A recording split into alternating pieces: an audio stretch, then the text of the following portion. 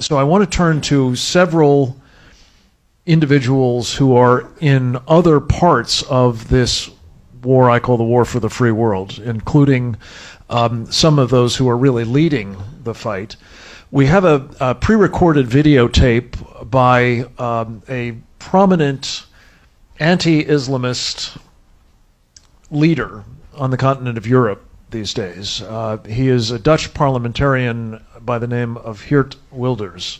I've been asked to address the question, what needs to be done for the free world to prevail? My friends, the answer is easy. The largest threat to the free world today is Islam. And we must confront this threat. We must oppose it. How? Here are 5 important things that I believe we must do. First, we must tell the truth about Islam. The most important thing which we and the citizens of the free world must realize is that Islam is not a religion of peace. It is a violent, totalitarian ideology that wants to conquer and submit the entire world. Islam has declared war on us. Islam orders its followers to wage jihad. We see it all over the world.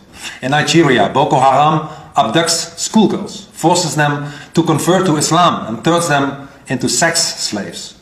In Iraq and Syria, the Islamic State slaughters people in the most horrible way. In Iran, gays are being hanged. In Pakistan, Christians are being murdered. In Saudi Arabia, apostates are beheaded. From Gaza, Islam fires rockets on Jewish homes. And all over the free world, from Ottawa to Sydney, from New York and Boston to Paris, from Moscow to London, from Bombay to Nairobi, terrorists are committing horrible atrocities. And the root of all this violence is Islam. Not radical Islam, not Islamism, Islam. Muhammad, the founder of Islam, was a terrorist who participated in beheadings and enslaving people. The Koran, Islam's holy book, orders hatred against unbelievers. Fight Islam, fight against them, until Allah's religion reigns supreme, says Surah 8, verse 39. Or, when you meet the unbelievers, smite their necks, says Surah 47, verse 4. And people who say that Islam is a religion of peace are either ignorant about Islam or are lying about it. And we must expose these lies. Islam is violent. Islam is dangerous. The less Islam, the better. I would like to highlight the fact that we have heard from some speakers, notably some of our European friends, Lars Hedegaard, Geert Wilders, discuss Islam, not radical Islamism, not Islamist movements and things like that. And I think that I would like to offer some food for thought here, which is that one of the bases, or perhaps the basis of control that Islam uses against people is Islamic slander law, which prohibits criticism of Islam, and of course the death penalty for leaving Islam, apostasy. That's a pretty big control. And I think, and I've been thinking about this for a long time, and I've talked about it with many of you over the years, I do believe that when we and some of our most fiery, passionate leaders, political leaders, persist in discussing Islamism and radical Islam, and most of the fighting right, you might say, subscribes to this as well, I believe that we are operating under Islamic slander law that prohibits the criticism of Islam. And when you hear someone like Lars or Geert Wilders and some of the others actually speak about Islam, it is simple, it is also defensible. And when we go back to the language of radical Islam, I think the implication is always that there is some regular Islam that has a regular Quran and a regular Sharia and a regular prophet that is okay and completely compatible, and all the measures that we want to take to protect ourselves or to fight against these incursions into our own liberties, we're always completely still shadowboxing with this fantasy notion. And I say it's fantasy only because the books are there to prove it, as Noni Darwish mentioned earlier. So I just put it out there for somebody to think about, because I know everyone here really, really wants to get at this and move this forward. And I think, you know, we have a lot to learn from some of our European friends and others. Steve Conklin. Thank you. I'd like to kind of write in on that draft. We had someone talk earlier about the fact that Sisi stood before Al-Azhar and called out the violent extremist, radical extremist, violent people, fundamentalists. I could keep going here. He did not do that.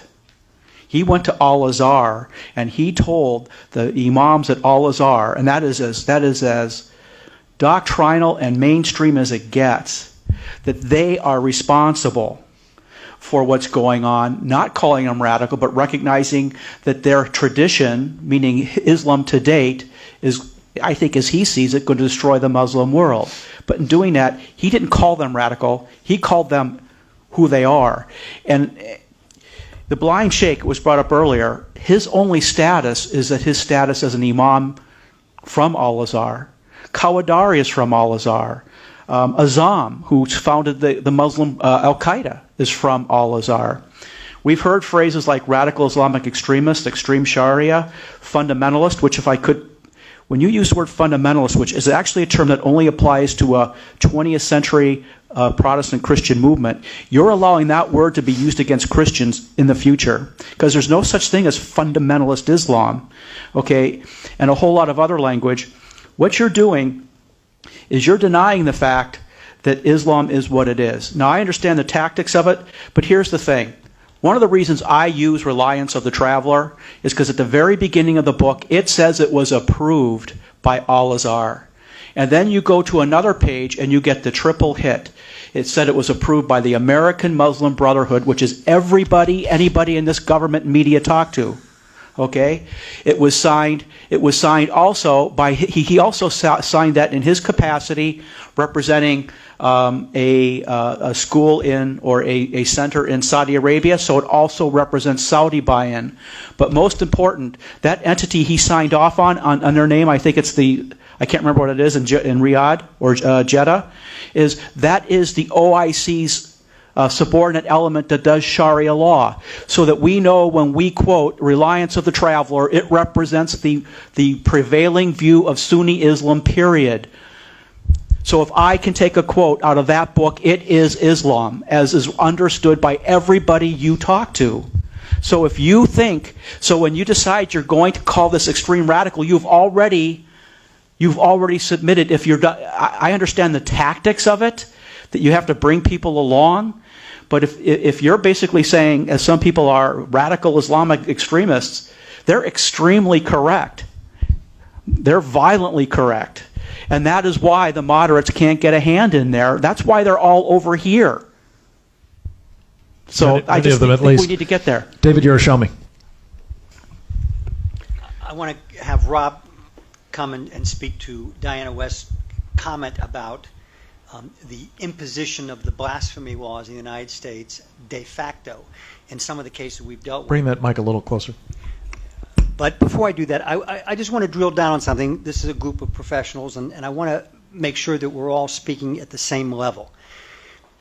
Understand that the Quran, the scripture, and even the hadith, which are the legal sunnah, those sunnah that have legal implications, in and of itself, while it's the basis of Sharia, the threat doctrine, in and of itself, it's somewhat meaningless. In the same way that in the Torah or the New Testament, there is the lex talionis, an eye for an eye. It literally says that. But what comes on top of that is everything. Sharia is scripture and it is hadith. But what it really is millennia of usul al-fiqh, the science of Islamic jurisprudence, fiqh. That doctrine tells the devout Muslim what abrogation is. It tells the devout Muslim how to read any particular surah. The problem that Zudi has, and I'm a great admirer of Zudi's, and we have all kind of gone back and forth on that. But the problem he does have is if you're going to ask any moderate or academic Muslim who wants to read those verses differently than they have been over 1,000 years, he has to figure out a way to, as it were, replace the ulama, the legal authorities. It would be like me saying, I want to interpret the Commerce Clause as it literally says, which is not how it's interpreted. The only way I could do that is to get Andy or someone else appointed to the Supreme Court. Well, I can't do that, so it's just not reasonable. Yeah, not in any Senate that I know of. We're holding out great hope, nonetheless. Right. Now, as a national security intelligence officer, I have a duty to make a call about who constitutes a national threat and who doesn't. And we take a look at what that doctrine is, and we assess the relevant combat power capable of being projected from the institutional understanding, which is the doctrinal understanding, which these people have behind them from Al-Azhar, and we have the moderates who do not have a basis. And so when we take a look at how we're going to orient on the enemy, we are not orienting we're not, with the moderate group, we have people who lack the foundation to sustain an assault inside their own domain. I mean, I put my life at the risk of a lot of Muslims just very recently, meeting with a lot of the Sisi's people. Okay, or people who are close to him, I should say. I support everything he's doing. He knows that what a lot of people don't know is the next day he had Al-Azhar imams come out and say what he said was apostasy. And when someone does an analysis of that, they have to say, they're right. And we have to understand that they're right. And we have to understand that because it means, first of all, Sisi crossed the Rubicon in his own domain. There's no going back on that. And second of all, we support what he's doing, but we also have to understand that he's drawing on the current feeling inside Egypt that they just don't want to do that anymore. That's not moderate Islam, and we don't need to talk about it. We don't want to do it. And I'm all for that, so I think it's not good to use the words like moderate, because you actually crouch those people out. You brand them moderate, that's what makes them get tagged by the Al-Azhar imams. Just let that argument go. But it's important. Personally, I don't have a stake. I completely agree with everything you said.